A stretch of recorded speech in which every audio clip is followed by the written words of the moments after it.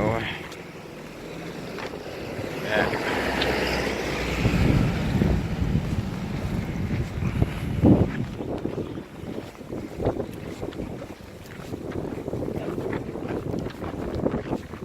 ตอนนี้เราจะมุ่งหน้าไปพิพิธภัณฑ์กล่องดนตรีนะครับของเมืองโอตารุเราลงที่สถานี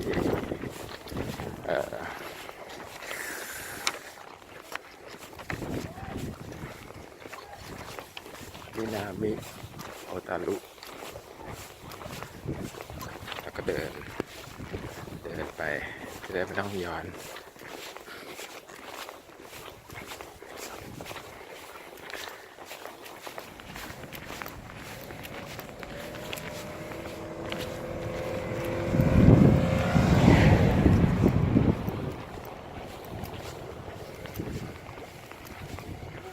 นี้เป็นเวลาบ่ายโมง20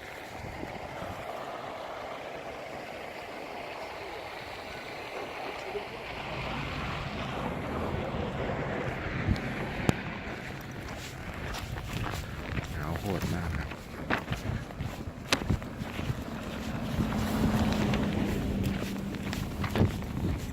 เราไปตามปกติตกหนักตลอดทางเลยครับ